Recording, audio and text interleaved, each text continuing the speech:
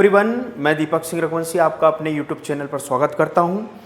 प्रश्नावली 2.2 का प्रश्न क्रमांक 1, निम्नलिखित द्विघात बहुपदों के शून्यक ज्ञात कीजिए तथा शून्यकों तथा बहुपद के गुणांकों में संबंध की सत्यता की जांच कीजिए। हम प्रश्न पहला देख चुके थे, आइए इसका दूसरा क्वेश्चन देखते हैं, है ना। तो हमारे पास जो प्रश्न है वो दिया गया सबसे पहले लिखेंगे दिया गया द्विघात या वर्गीय, द्विघात या वर्गीय, इसे या तो द्विघात बोला जा सकता है या क्या बोला जा सकता है, वर्गीय बहुपद है। दिया गया द्विघात या वर्गीय बहुपद है, क्या है, 4s square minus 4s plus 1। Clear है, 4s square minus 4s plus 1। ठीक है, तो यहां क्या आ जाएगा,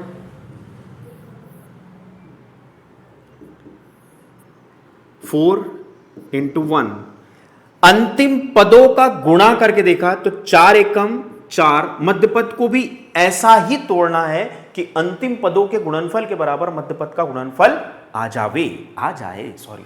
ठीक है, 4 एकम 4, तो क्या हो जाएगा 4s की घात 4s की घात 2 माइनस, इसे तोड़ा जा सकता है 2s माइनस 2s धन 1। इस 4s को माइनस का 2s माइनस के 2s में तोड़ सकते हैं। अब आप इतने कमजोर मत बन जाना कि ऋण 2s ऋण 4s होता है योग में, गुणे में ऋण ऋण धन होता है, लेकिन योग में ऋण ऋण बड़ा ऋण। क्लियर है, योग में जोड़ा जाता है और चिन्ह वही रहता है जो दोनों पर विद्यमान हो। क्लियर है, जब भी दो राशि, तो यहां से देखा -2 और ऋण 2 का जब हम गुणा करेंगे, धन 2 और ऋण 2 का जब हम गुणा करेंगे, यहां से 2 उठाया, ऋण का 2 तो ऋण ऋण धन 2 दूनी 4। क्लियर है, और यहां से जोड़ा तो माइनस का 2s और माइनस का 2s मिलकर क्या हो गया, ऋण का 4s। ये क्या हो गया, ऋण का 4s। क्लियर है, जब भी दो राशियों को जोड़ा जाता है तो दोनों राशियां जुड़ती है और चिन्ह वही रहता है जो दोनों पर विद्यमान हो। क्लियर है, तो अंतिम पदों के गुणे के बराबर मध्य पद के टुकड़ों के का गुणा आ गया 4 4, और मध्य पद के टुकड़ों को फिर से जोड़ने पर मध्य पद पुनः आ गया। क्लियर है, ऐसे ही हमें तोड़ना है। अब दो के सेट में हम एलसीएम ले लेंगे। यहां से देखा कि 2s इसमें भी शामिल है, 2s इसमें भी शामिल है, तो एलसीएम ले लिया, सॉरी उभयनिष्ठ ले लिया। क्या ले लिया, उभयनिष्ठ ले लिया। 2s यहां पर भी है, 2s यहां पर भी है, तो उभयनिष्ठ ले लिया 2s। ठीक, तो यहां से क्या बचा, 2 आ गया तो 2 बचा, s आ गया तो क्या बचा 2s। यहां से 2s पूरा आ गया तो क्या बचा माइनस का 1। ठीक है, यहां से कुछ कॉमन नहीं ले सकते तो सिर्फ हमने क्या लिया, -1 इसमें भी उपस्थित है, इसमें भी उपस्थित है, तो -1 कॉमन ले लिया तो 2s ऋण 1 बच गया।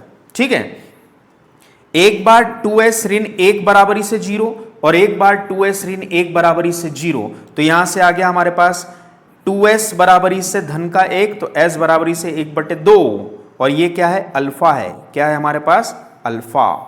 क्लियर है, और यहां पर भी हमारे पास ऐसे ही 2s - 1 है तो s बराबरी से 1/2 आ जाएगा, बीटा बराबरी से 1/2, तो दोनों शून्यक बराबर आ गए। दोनों शून्यक कैसे आ गए, बराबर। क्लियर, ठीक है, जब शून्यक बराबर हो, है ना, जब शून्यक बराबर हो तब देखते हैं अभिष्ट संबंध। क्या देखते हैं, अभिष्ट संबंध की सत्यता की जांच करते हैं। क्या होता है, अल्फा धन बीटा बराबरी से, अच्छा पहले अभिष्ट संबंध की जांच करने से पहले हम देखते हैं कि हमारे पास, ठीक है, ये लिख दिया अभिष्ट संबंध क्या होगा, तो हमारे पास वर्गीय बहुपद है 4s की घात 2 ऋण 4s धन 1। इसकी तुलना करी हमने ax स्क्वायर धन bx धन c से, तो a की जगह हमें मिला 4, b की जगह मिला हमें ऋण 4 और c की जगह मिला हमें 1। c की जगह हमें क्या मिला, 1। a की जगह 4, b की जगह ऋण 4 और c की जगह 1 मिला। क्लियर है, चले आगे। अब अल्फा धन बीटा बराबरी से होता है ऋण b/a। क्लियर है, अल्फा धन बीटा बराबरी से ऋण b/a।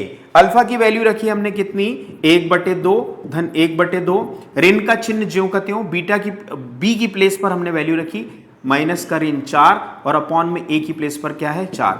आधा और आधा एक होता है, आधा और आधा एक होता है। एलसीएम लेके भी कर सकते हैं, नहीं तो डायरेक्टली भी कर सकते हैं। आधा और आधा क्या होता है, एक होता है, एक लिख सकते हैं।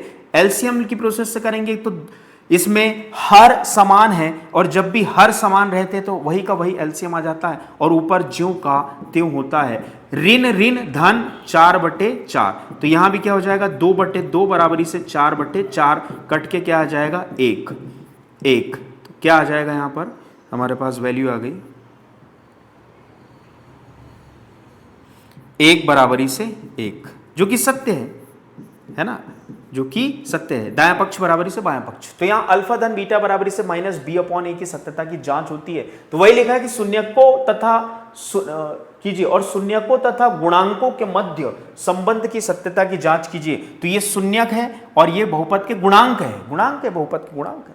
क्लियर है। अब अल्फा गुणित बीटा बराबरी से होता है c/a।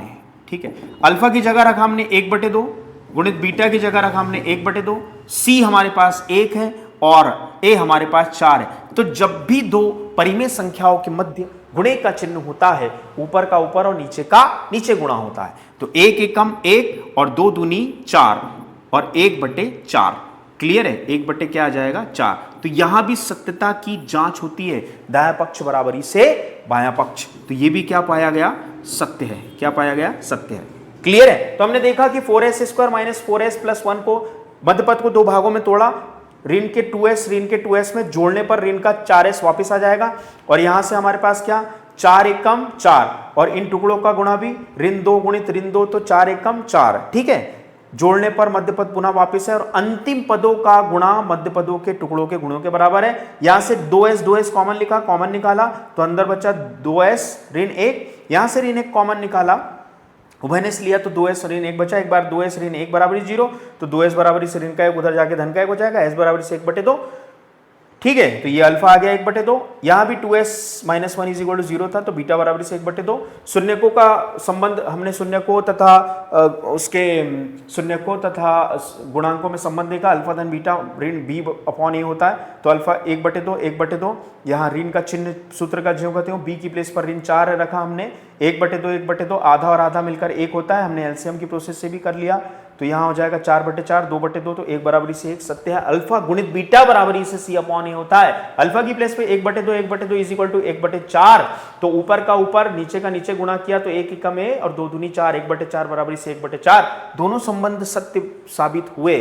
तो ये था प्रश्नावली 2.2 का क्वेश्चन नंबर 1 का दूसरा पार्ट, और मुझे उम्मीद है आपको समझ में आया होगा। धन्यवाद।